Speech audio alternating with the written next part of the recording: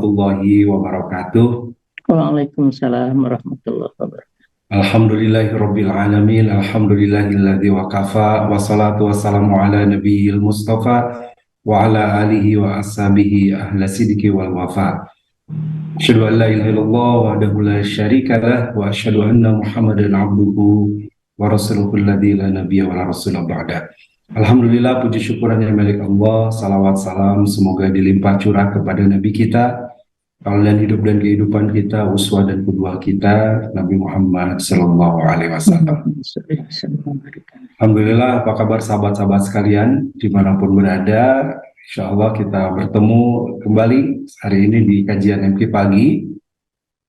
Baik yang menyimak live melalui media sosial ataupun MK TV dan MK FM, kita bersyukur kepada Allah di kesempatan pagi hari ini, subuh hari ini.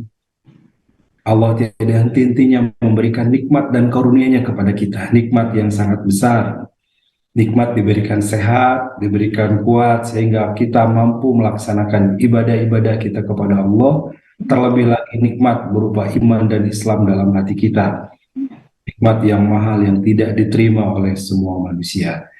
Alhamdulillah, pagi hari ini sudah tergabung guru kita Profesor Dr. Supiana MAG.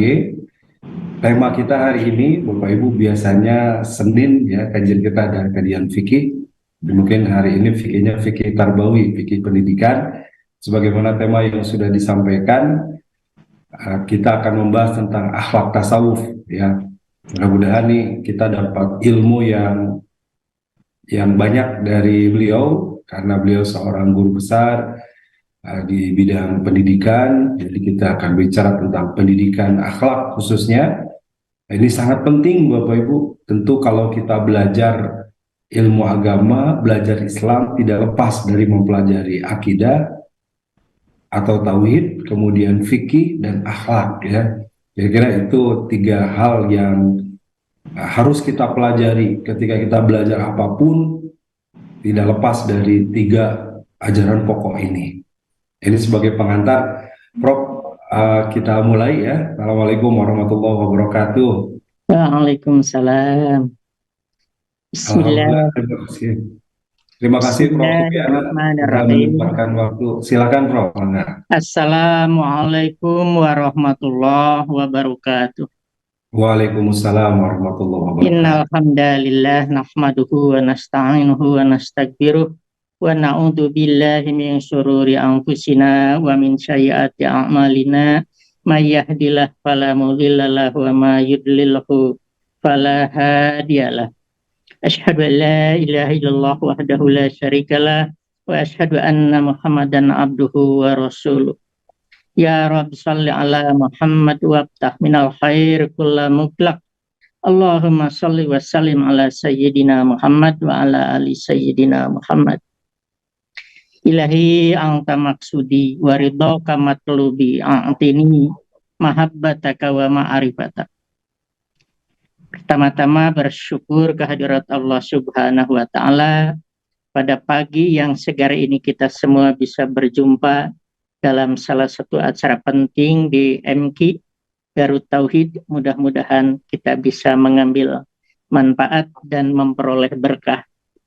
Terlebih kita dalam keadaan kondisi sehat walafiat, seperti juga yang disampaikan oleh pembawa acara Pak Dr. Mulyadi, bahwa kita semua mengharap berkah dan kemajuan-kemajuan.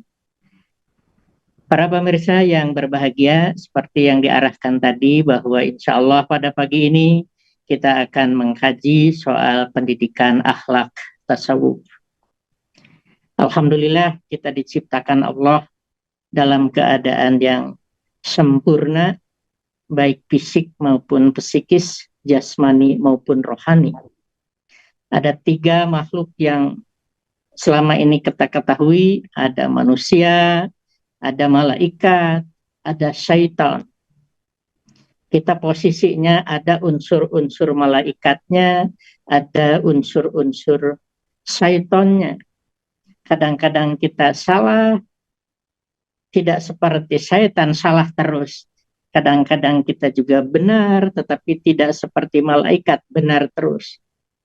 Oleh karena itu, kita dipandu oleh Al-Quran dan As-Sunnah yang memberikan jalan kepada kita untuk hidup dengan sebaik-baiknya dan memberikan manfaat yang sebesar-besarnya.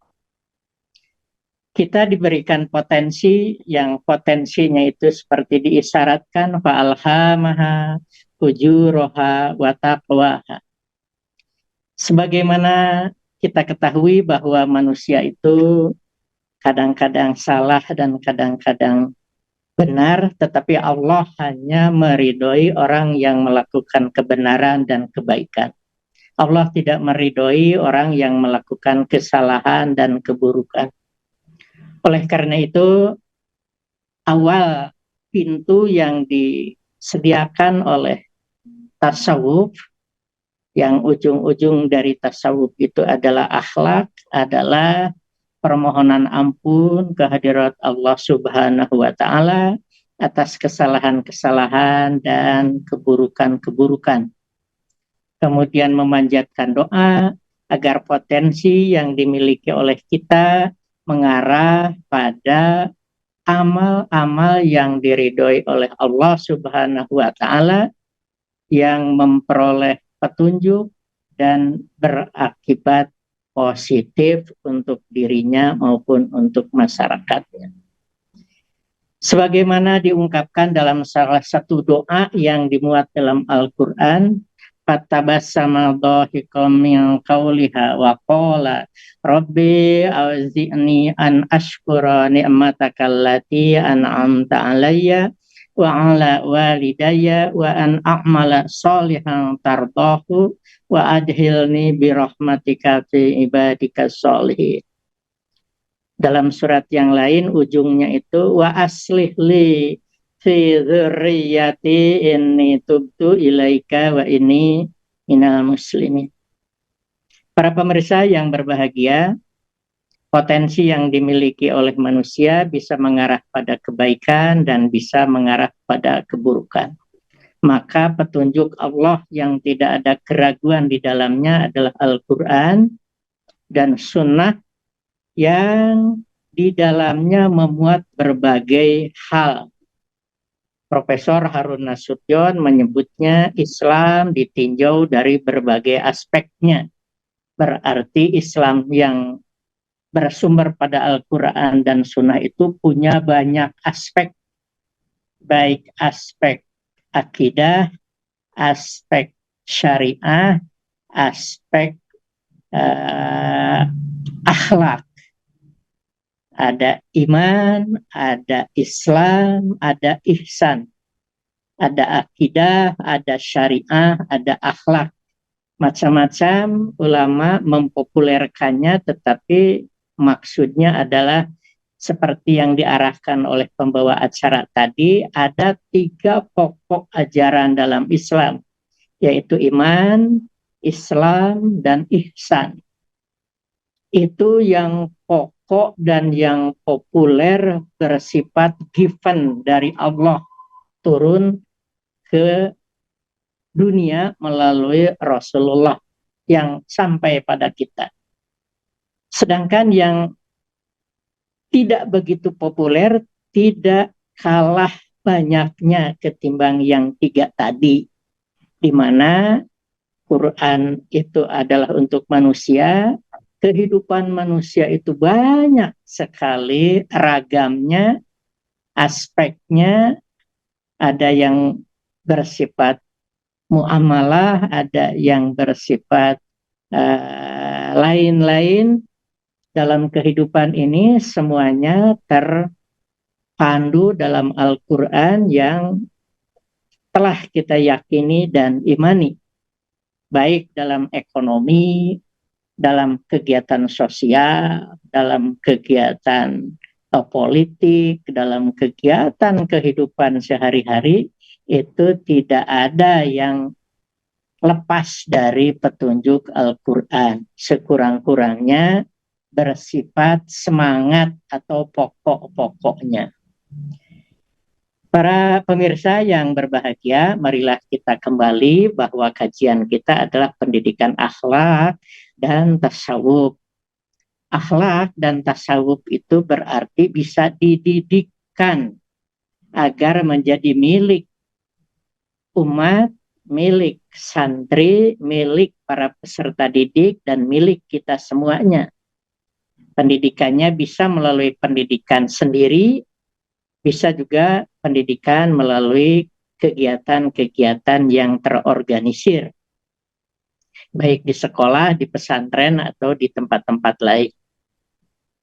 Dalam kajian ini, saya menganggap sebuah tema yang amat penting, akhlak ini, karena juga menjadi misi penting diutusnya Rasulullah Shallallahu Alaihi Wasallam, sebagaimana disabdakan, innama bu'ithtu liutammima makarimal akhlak. Tidak semata-mata aku diutus kecuali untuk menyempurnakan akhlak. Jadi kalau tadi ada pilar pokok agama itu iman, Islam, dan ihsan, nah ihsan ini adalah akhlak. Ternyata saya belum menemukan yang dua sebelumnya. Misalnya innama bu'ithtu liutamima makarimal akidah, innama bu'ithtu liutamima makarimas syariah.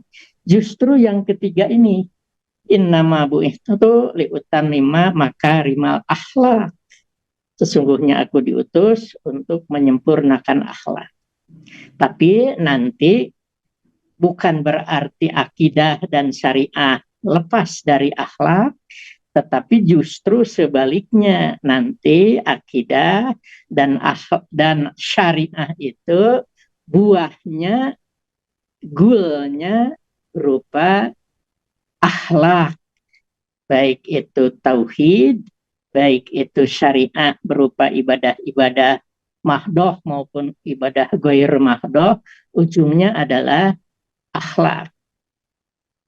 Bahkan Quran sendiri, kata Aisyah dalam satu kesempatan ketika ditanya, seperti apa akhlak Rasulullah itu ya Aisyah? Aisyah menjawab, akhlak Rasulullah itu adalah Al-Quran. Jadi Al-Quran yang dipraktekkan oleh Rasulullah, itulah akhlak Rasulullah. Sedangkan kita tahu Al-Quran itu di dalamnya ada soal akidah, ada syariah, ada ibadah, ada muamalah, ada kegiatan-kegiatan lain yang berupa petunjuk, dan itu adalah dipraktekkan oleh Rasulullah. Ketika dipraktekkan itu, Aisyah menyebutnya itulah akhlak Rasulullah, karena huluhul Quran. Nah, kita coba untuk menjelaskan bahwa akhlak itu secara umum kita bagi menjadi tiga objeknya, itu satu akhlak kepada Allah, dua akhlak kepada sesama manusia, dan ketiga akhlak terhadap alam sekitar. Sifatnya sama, ada yang baik dan ada yang buruk. Yang baik itu kita sebut akhlak mahmudah, yang buruk itu kita sebut akhlak sayyi'ah. Contoh, kita punya kewajiban untuk beriman kepada Allah, untuk meyakini Allah, meyakini firman-Nya, meyakini malaikatnya, meyakini kemudian takdirnya. Ketika kita beriman kepada Allah, maka dalam pandangan akhlak kita tengah berakhlak baik kepada Allah. Sebaiknya kalau kita meyakini sebaliknya, Allah itu misalnya menganggapnya begini, begini, begini, dalam arti yang sebaliknya dari ketaatan, keimanan, maka kita sedang berakhlak buruk kepada Allah. Ketika kita melakukan ketaatan dalam beribadah, baru saja kita sholat subuh berjamaah, dilanjutkan zikir singkat, maka itu bagian dari akhlak baik kepada Allah. Tetapi kalau sholat subuh dilewat atau terlewat, baik sengaja atau tidak sengaja, maka itu lain lagi sifatnya.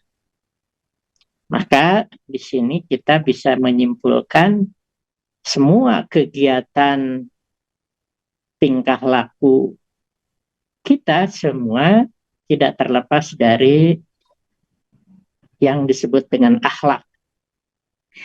Selanjutnya kita ingin mengaitkan dengan tema gandengannya, yaitu tentang tasawuf. Dalam Al-Quran memang tidak disebutkan secara eksplisit kata itu, tetapi substansi dari tasawuf itu Al-Quran memuatnya. Seperti tadi di awal disebutkan, Islam memiliki berbagai aspek. Aspek keimanan, syariat atau Islam, dan ihsan. Ya, ihsan ini kita sebut akhlak, dan akhlak itu kemudian berkembang menjadi tasawuf. Secara teori, tasawuf dalam istilah, sebelum istilah adalah secara bahasa, itu paling tidak ada 3 asal-usul. Pertama, berasal dari kata sof. Dan kalau sholat di masjid ada sof 1, sof 2, sof 3. Itu ada yang berteori bahwa orang-orang di zaman dulu sangat bersemangat kalau sholat itu ngambil sof depan.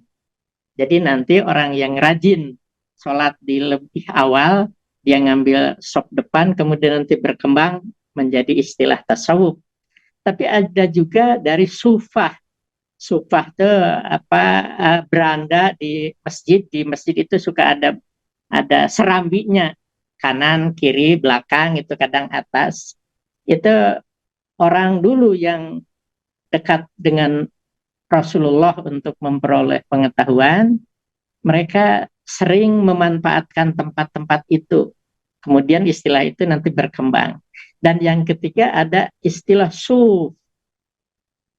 Para sahabat zaman dulu, mereka pakaiannya tidak menggunakan pakaian yang istimewa, tapi pakaian wol. Wol itu menunjukkan pakaian yang paling sederhana untuk zaman dulu. Yang paling bagusnya adalah sutra. Nah itu juga suf itu menggambarkan orang yang kehidupannya amat sederhana, yang dalam istilah kemudian menjadi zuhud, gitu. Sehingga nanti berkembang orang yang sederhana ini kemudian menjadi ahli atau calon pengkaji, pengamal tasawuf. Sedangkan secara istilah, tasawuf itu adalah sebuah upaya dilakukan oleh orang muslim untuk mendekatkan diri kepada Allah sebagai bagian dari upaya untuk mengenal Allah lebih dekat, kemudian merasakan hadirnya Allah dalam diri kita, dan melakukan ketaatan-ketaatan yang dalam tanda kutip seperti dimaksimalkan, gitu. Kadang dipahami sebagai ditambah-tambahkan dalam segi hitungan. Misalnya kalau kita zikir kan umumnya baca 33 kali tasbih, tahmid, tahlil, gitu. Nah, kalangan tasawuf itu tidak memuaskan dengan hitungan itu, maka dia lebihkan. Bukan hanya ratusan, tapi ribuan, puluhan ribu, bahkan sudah tidak terhitung lagi. Baru memuaskan dirinya, merasa terbuka hijabnya antara manusia dengan Allah, lalu mata batinnya bertemu dengan Allah. Ini yang sering orang salah dalam menafsirkan bertemu dengan Allah, dikira mata kepala lahir, tetapi sebetulnya adalah mata kolbu, mata batin kita. Nah, para pemirsa yang berbahagia, ini sebetulnya sudah berkembang sejak abad pertama Hijriah. Kemudian nanti berkembang pesat di abad kedua Hijriah. Sehingga sampai pada pemikiran yang luar biasa. Maka dalam perkembangannya paling tidak ada dua jenis tasawuf itu. Yang pertama disebut tasawuf amali, orang juga menyebutnya tasawuf sunni gitu. Kemudian ada tasawuf falsafi. Kadang orang menyebutnya tasawuf syi'i gitu. Tasawuf amali adalah amalan-amalan yang praktis, yang secara sederhana bisa dipraktekkan oleh orang pada umumnya. Misalnya melalui zikir, melalui baca sholawat, melalui tadarus, melalui istighfar, dan melalui amalan-amalan yang kita sebut al-baqiyatus sholihat. Itu dengan mudah bisa dipraktekkan oleh orang pada umumnya. Tetapi ada yang disebut dengan tasawuf falsafi, tasawuf yang menggunakan akal pikiran yang radikal, yang mendalam gitu, yang bisa dipahaminya itu secara secara tinggi cara berpikirnya. Misalnya begini, ada konsep fana dan bako. Fana itu hancur, bako itu kekal. Ini kan tidak semudah membalikan tangan untuk memahaminya. Gimana itu menghancurkan diri, kemudian membakokkan. Ternyata kan punya maksud bagaimana potensi yang ada dalam diri manusia, yang tadi di awal disebutkan ada potensi buruk, potensi syaitonia, itu difanakan, dilenyapkan, dilemahkan. Kemudian nanti kalau potensi keburukan sudah dilemahkan, dikendalikan, mungkin kata yang paling mewakili itu, maka nanti ada yang tersisa, yang bako, yang langgeng dalam diri seseorang itu adalah kebaikan atau sifat-sifat malaikat. Dalam tasawuf disebutnya lahud. Disitulah sifat-sifat Allah atau sebagian dari sifat-sifat Allah itu ada dalam diri seseorang. Maka kemudian nanti itulah yang dipraktikkan, yang diamalkan oleh seseorang. Jadi sifat-sifat kemanusiaan yang baik dan kadang buruk itu dilenyapkan, yang negatifnya, maka nanti yang tersisa adalah yang positifnya. Itu kan bersifat perlu pemikiran, berbeda dengan tasawuf amali. Setelah sholat misalnya baca istighfar, baca syahadat, baca sholawat, baca zikir la ilaha illallah. Misalnya kalau dalam torikot Naqsyabandiyah ya misalnya, itu minimal 165 kali misalnya. Kayak begitu kan itu mudah untuk dipraktekkan.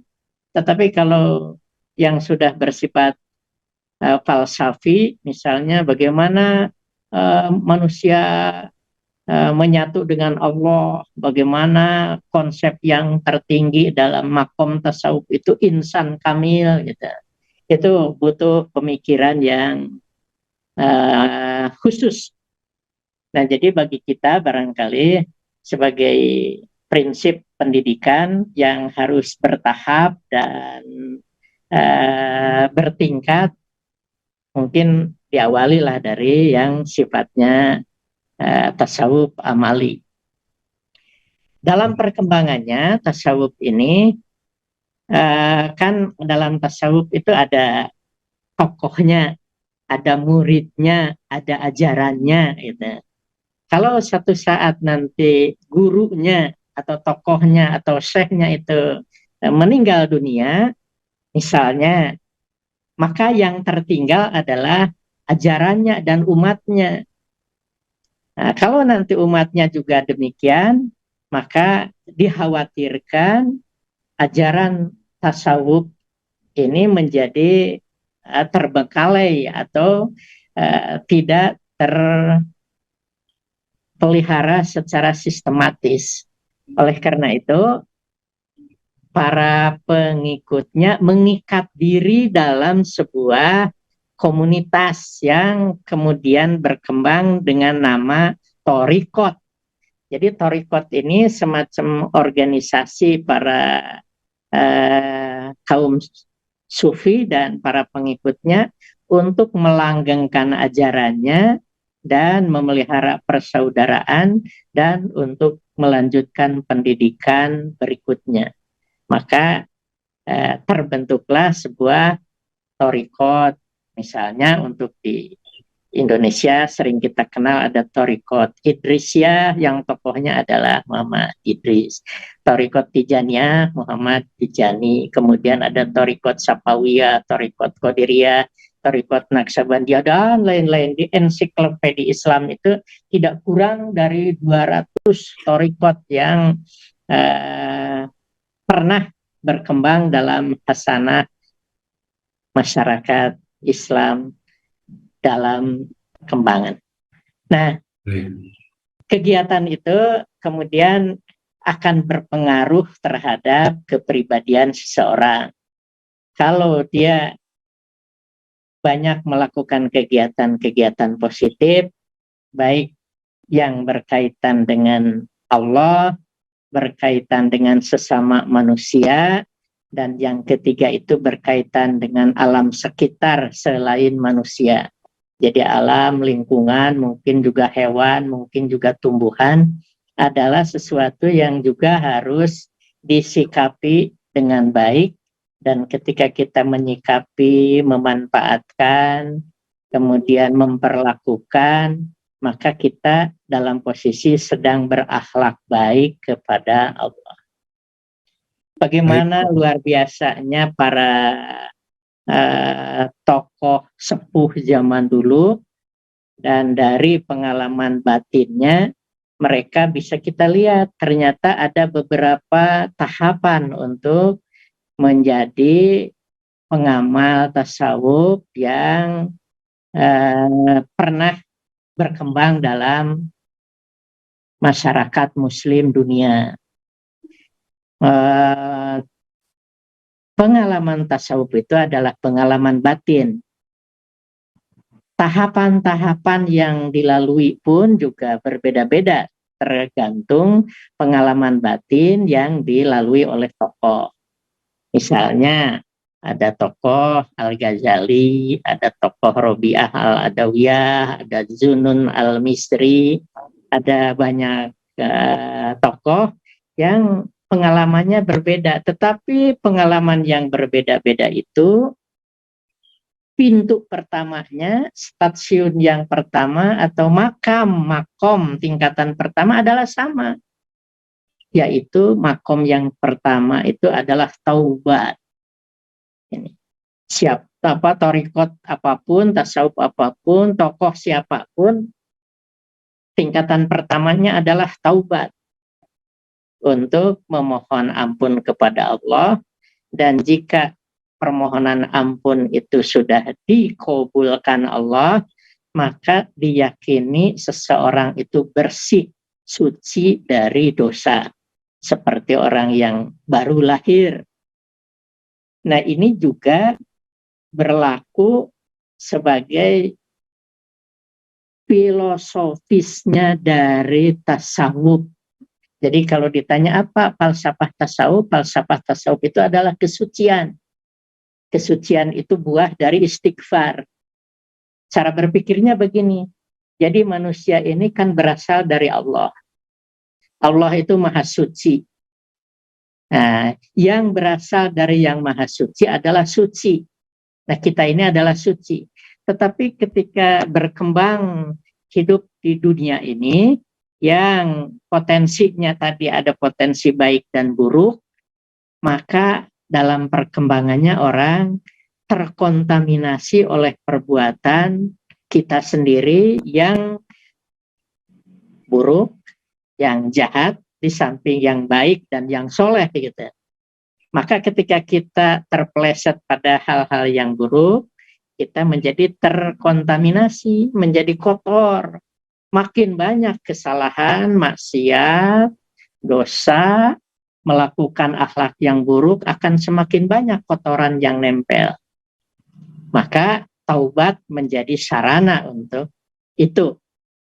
Lalu kalau manusia ini sudah bersih, kemudian dalam keyakinan kita akan kembali kepada yang maha suci, inna lillahi wa inna ilaihi raji'un.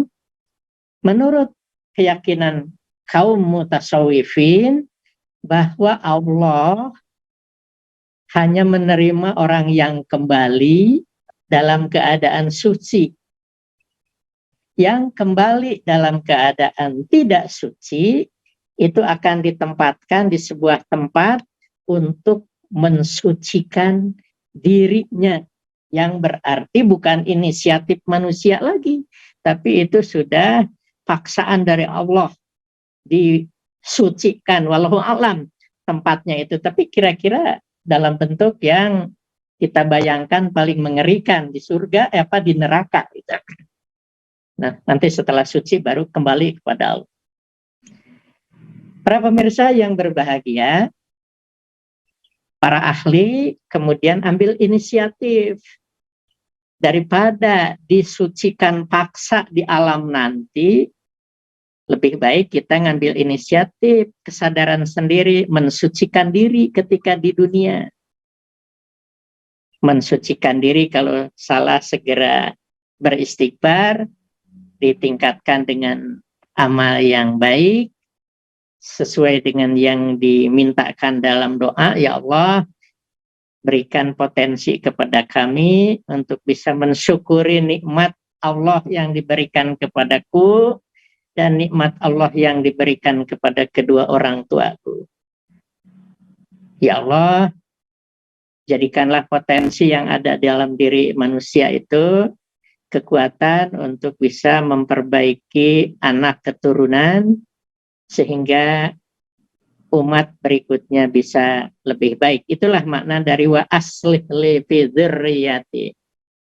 Nah, para pemirsa, dari situ kita bakal mengambil sebuah kesimpulan bahwa kita berasal dari yang maha suci, kemudian hidup di dunia memungkinkan untuk menjadi suci dan menjadi tidak suci, dan satu saat kita akan kembali kepada yang maha suci, Allah. Tetapi yang maha suci nanti hanya akan menerima orang yang suci. Oleh karena itu, ketika sahabat kita meninggal, suka memanjatkan doa, mudah-mudahan beliau diterima di sisinya. Itu maksudnya begitu, supaya diterima dan dibersihkan. Tetapi yang lebih baik adalah mencontoh orang-orang yang mengambil inisiatif sebelum meninggal. Kita banyak berdoa, meminta ampun kepada Allah, supaya satu saat kita kembali kepada yang maha suci itu betul-betul dalam keadaan suci dari sisi jasmani dan suci dari sisi rohani. Maka kita kembali kepada yang maha suci, diterima oleh yang maha suci. Sarananya banyak. Pertama istighfar. Kemudian kita juga ada yang disebut dengan tanah suci, tadi dipromosikan. Kalau kita ibadah ke tanah suci yang disebut dengan ibadah haji, kan tidak ada lagi pahalanya kecuali surga. Artinya kita sudah diampuni. Ada juga saum, ketemu dengan Idul Fitri. Fitri itu kan kembali ke asal mula dari tidak berdosa. Kemudian juga ada zakat fitrah, itu juga sarana untuk membersihkan diri dari dosa-dosa yang telah kita kerjakan. Para pemirsa yang berbahagia, saya senang untuk menyampaikan lebih jauh, tetapi saya ingin bertanya pada pembawa acara, Ya. Baik, khawatir Prof. Terima kasih. waktunya Ya. terbatas. Gimana Baik, Pak? terima kasih. Ya, Ya, ya. eh, memang kita dibatasin waktu, jadi hari ini tema kita baru mengenal, Prof. Ya. Jadi kita akan undang juga nanti para penyimak, para pemirsa semua, baik yang ada di Zoom, ini bisa langsung, yang di Zoom bisa raise hand dan langsung komunikasi. Di medsos lain, yang di YouTube, TikTok, kemudian Facebook, kemudian IG, silakan bisa chat. Ya, ini udah ada beberapa pertanyaan yang di chat nih, Prof, terkait materi tadi ya. Tapi izin mungkin sebelum membacakan beberapa pertanyaan, saya sedikit menyimpulkan, Bapak Ibu, sahabat-sahabat sekalian. Jadi pertama, bahwa akhlak ini, kalau saya dengar tadi dari Prof. Supiana, adalah goals ya, tujuan kita. Artinya buah dari akidah yang lurus, ibadah yang benar, itu adalah akhlak mulia. Nah, itu yang pertama poinnya. Yang kedua terkait dengan tasawuf tadi, bahwa tasawuf ini secara bahasa ada dari kata sof, ada kata sufah, ada kata suf ya, yang beragam, baik dari sisi sejarahnya dulu ataupun juga pengambilan istilah. Tapi intinya adalah upaya mendekatkan diri kepada Allah, upaya untuk mengenal Allah dan lebih dekat dengan Allah, sehingga manusia mengetahui posisi dirinya sebagai hamba Allah. Kurang lebih begitu ya, Prof ya. Betul, betul. Tadi ada beberapa bagian, ternyata ada jenis tasawuf amali, ada jenis tasawuf yang falsafi, sehingga kedua ini juga memiliki cara mana berbeda dalam penggunaannya. Ini ada pertanyaan, Prof, izin. Nah, kita sampai jam 6 nih waktu kita. Ini yang pertama terkait, ada pertanyaan, adakah tasawuf yang menyimpang? Ini pertanyaan pertama nih, ada. Udah 3 ada yang masuk nih. Kira-kira yang menyimpang seperti apa? Ada nggak istilah tasawuf yang menyimpang gitu? Ya, tasawuf yang menyimpang, yang bertentangan dengan akidah yang sudah jelas-jelas dipahami oleh kita. Mungkin bertasawuf yang niatnya bukan seperti niat yang didasari oleh keikhlasan, didasari oleh akidah, didasari oleh syariah, gitu ya. Jadi tasawuf itu sebetulnya perkembangan berikutnya yang mungkin secara kuantitatif gitu ya, sebutlah melebihkan amalan dalam bentuk hitungan. Kadang-kadang yang contohnya itu bilangan gitu ya, bilangan sekian, bilangan sekian, bilangan sekian. Itu sebetulnya teknis saja. Nanti kalau sudah mahir, hitungan-hitungan itu sudah tidak penting lagi. Dalam Quran itu disebutnya zikron katsiro, gitu. Berzikir yang banyak. Banyak itu kan relatif. Nah, itu. Jadi yang menyimpang itu adalah yang bertentangan dengan akidah Islam, bertentangan dengan syariat Islam.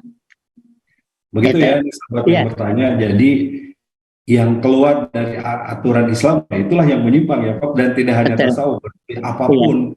Kalau yang menyimpang dari aturan Al-Quran, Sunnah Rasulullah, berarti sebuah penyimpangan, begitu. Baik, Prof, ini ada yang menarik nih pertanyaannya terkait tadi juga ada menyebut Imam Al-Ghazali, Rabi'ah Al-Adawiyah, dan seterusnya. Ini ada yang bertanya, kalau kita ingin mempelajari tasawuf, apakah belajar tasawuf itu harus punya guru khusus gitu, atau ya bisa belajar lewat buku, atau bahkan mungkin sekarang kan lewat YouTube juga bisa begitu. Nah, atau apakah harus punya guru khusus yang mendampingi, yang mengawal? Nah, itu pertanyaannya, Prof. Ya, dalam hasanah tasawuf, hasanah thariqat, guru itu menjadi mutlak. Itu ya. Guru itu menjadi mutlak untuk memelihara sanad, untuk memelihara istilah agar nyambung, bahwa kita dari guru, gurunya dari guru yang lain, gurunya dari guru yang lain, bahkan nanti ujungnya itu tersambung kepada Rasulullah Shallallahu Alaihi Wasallam. Sebagai pengayaan, belajar pendahuluan dari berbagai media, saya kira tidak disalahkan. Tetapi kalau ingin serius mengikuti ajaran ini, dalam prinsip tasawuf itu guru menjadi mutlak, harus ada gurunya yang disebut dengan mursyid. Sebab nanti akan ada semacam kalau dalam tasawuf itu ada baiat, ada talqin gitu ya, ada sesuatu yang diwisudakan gitu ya, untuk Ada jadi rapotnya mungkin Pak begitu pegangan ya. ya. Kalau Ya, sekolah itu ada rapotnya gitu. ada rapotnya itu ya. Nah, kayak begitu. Tetapi kalau hanya sekedar untuk pengetahuan dasar, pengetahuan yang bersifat umum, saya kira tidak masalah. Ya, Baik, baik. ya. Cuma nanti dia tidak bisa jadi guru, gitu. Guru dalam arti guru tasawuf. Ya. Baik. Lanjut ini Prof, dari Atik Afidata, ini mungkin dari IG atau Facebook tidak tahu ya, dari dihimpun oleh panitia nih. Atik Afidata, Mbak Atik ya, Assalamualaikum, bagaimana cara memperbaiki akhlak kita agar lebih mulia seperti Rasulullah? Apakah selain mempertahankan akidah dan meningkatkan ibadah, ada cara lain yang bisa kita lakukan? Ini dari Mbak Atik, Prof, ini nggak disebutkan dari mana. Ya, betul. Kata akhlak, kata berakhlak itu diksi yang mudah diucapkan tapi amat berat untuk dilakukan. Tetapi ya harus dilakukan.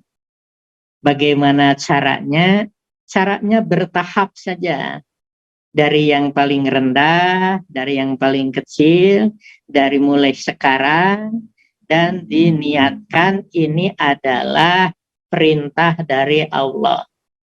Karena ini perintah dari Allah, maka ketika dikerjakan itu, di samping kiri kanan ada yang mencatat. Seperti disebut dalam surat Qaf ayat 18, ma yalfidhu min qaulin ladaihi raqibun atid. Tidak ada sesuatu pun yang diungkapkan kecuali di dekatnya ada raqib dan atid. Nah, para pemirsa, akhlak itu harus dididikkan, baik kepada orang lain maupun kepada diri sendiri. Diangkatlah sebuah motivasi untuk melakukan kebaikan, bahwa kebaikan ini adalah perintah dari Allah. Yang kedua, bukan hanya kepada sesama manusia, bukan hanya pada keluarga, bukan hanya kepada guru, teman, tetangga, menantu, mertua, tetapi kepada alam sekitar pun kita harus berakhlak baik. Gimana terjadinya banjir, longsor, kebersihan yang tidak terpelihara, itu akibat dari kita berakhlak buruk terhadap lingkungan sekitar. Maka kita harus melakukan kebaikan-kebaikan itu. Yang kedua, mintalah kepada Allah agar kita bisa beramal soleh yang diridhoi oleh Allah. Seperti tadi diisyaratkan dalam surat Al-An'am ayat 19 dan surat Al-Ahqaf ayat 15. Jadi kita bisa berakhlak baik itu jangan punya keyakinan ini adalah gerak dan keinginan kita. Ini ada campur tangan yang maha kuasa atas doa kita, sehingga ketika kita melakukan kebaikan itu menjadi ringan, menjadi riang, menjadi nikmat. maka makin banyak perbuatan baik kita akan makin bisa merasakan dekatnya kita kepada Allah. Kalau kita sudah merasakan dekat kepada Allah, akan melakukan yang dilarang oleh Allah itu berpikirnya beberapa ribu kali.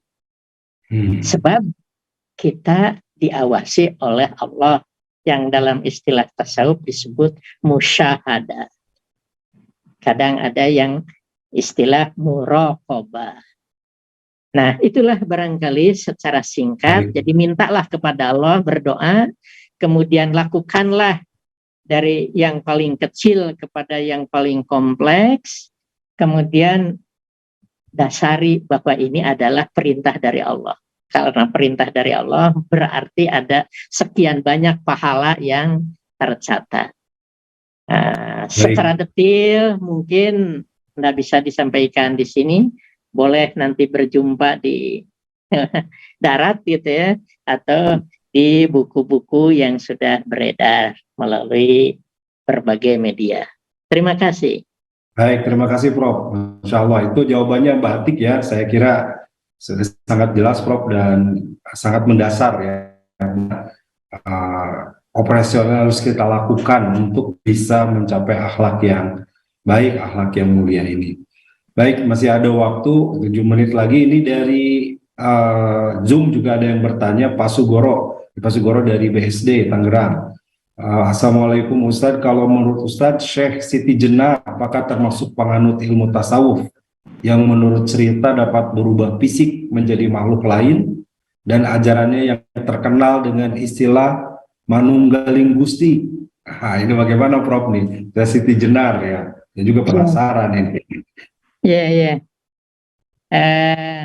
Itu yang kita kelompokkan kepada tasawuf falsafi.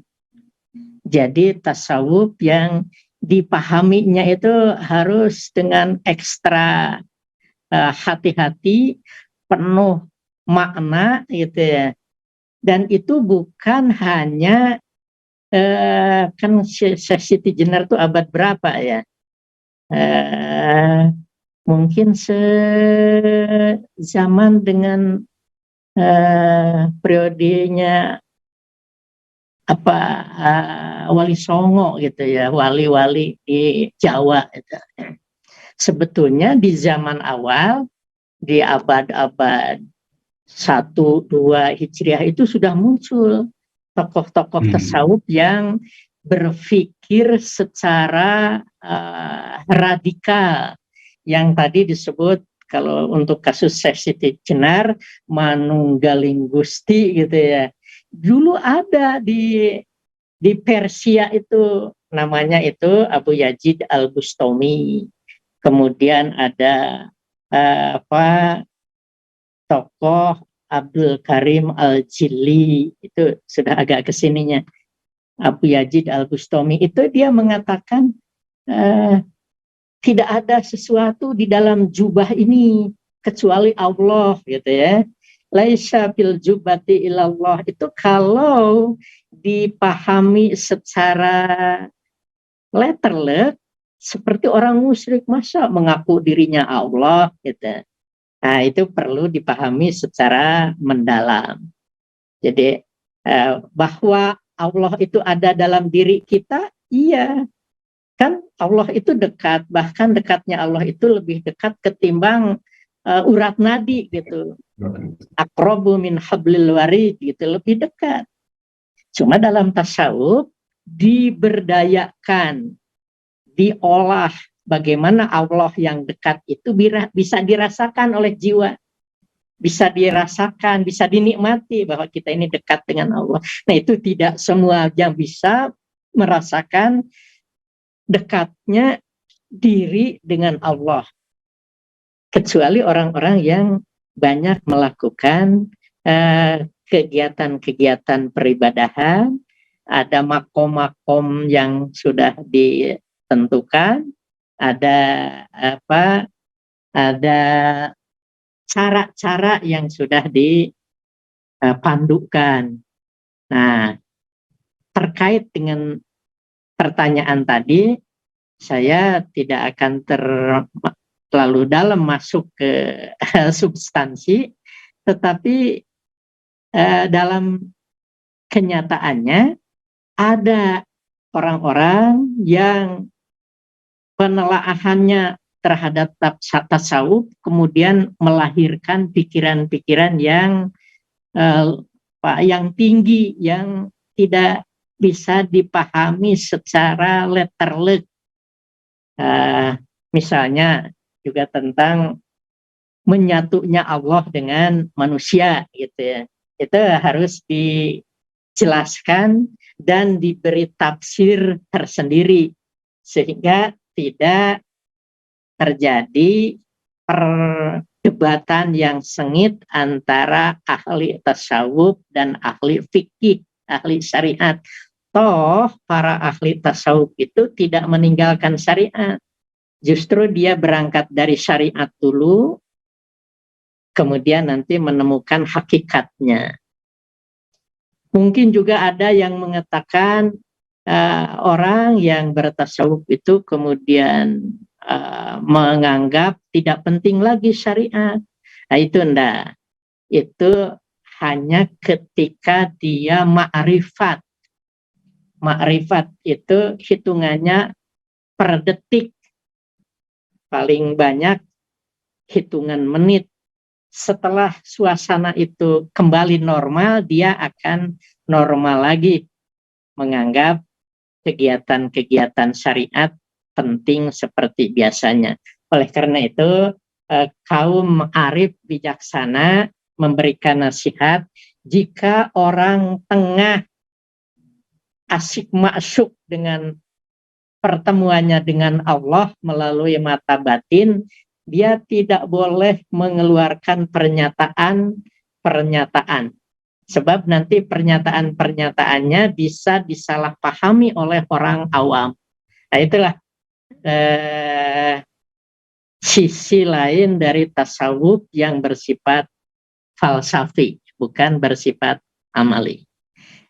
Bagi kita suudon tidak boleh, tapi husnudon, bahwa mereka punya keyakinan dan akidah yang sama dengan kita, bahkan lebih kuat. Cuma terkadang dari pengalaman batinnya kemudian diekspresikan, nah ekspresinya itu yang bisa mengundang salah paham. Demikian yang bisa disampaikan. Terima kasih Prof. Begitu Pak Sundoro ya. Jadi mudah-mudahan nih kita jadi lebih termotivasi untuk belajar lagi ya.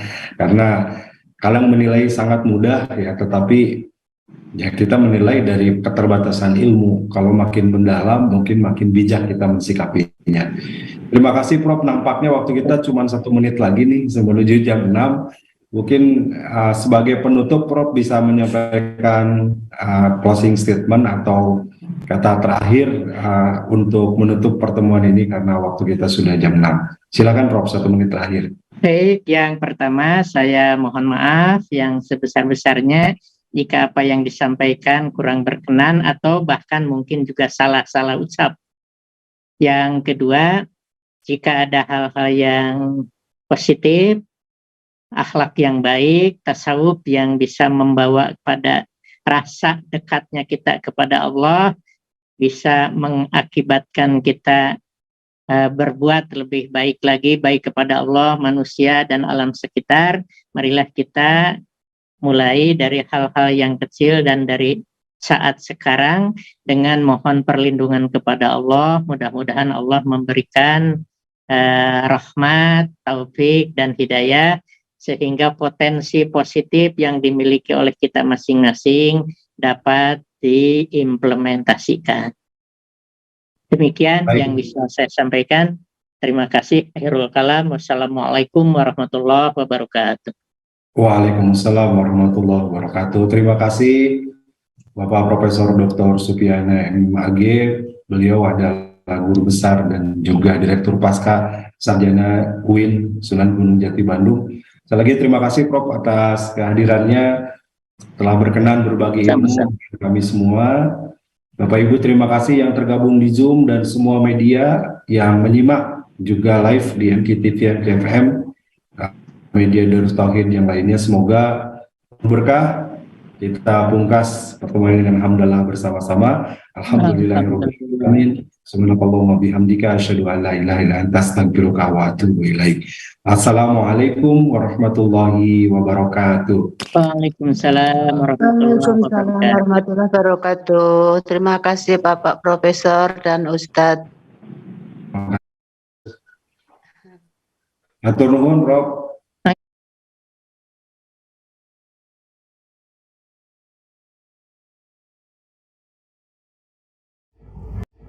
Bismillahirrahmanirrahim.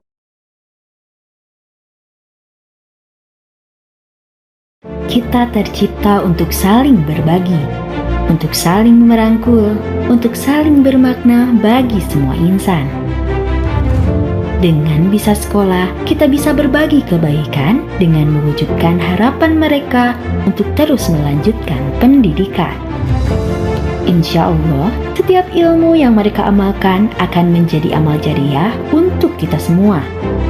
Terima kasih kepada donatur dan orang tua asuh yang telah berdonasi melalui DT Peduli sehingga saya bisa sekolah di SMA Aske Islamic School. Alhamdulillah kami bisa sekolah. Bersama Bisa Sekolah, kita tingkatkan mutu pendidikan anak Indonesia.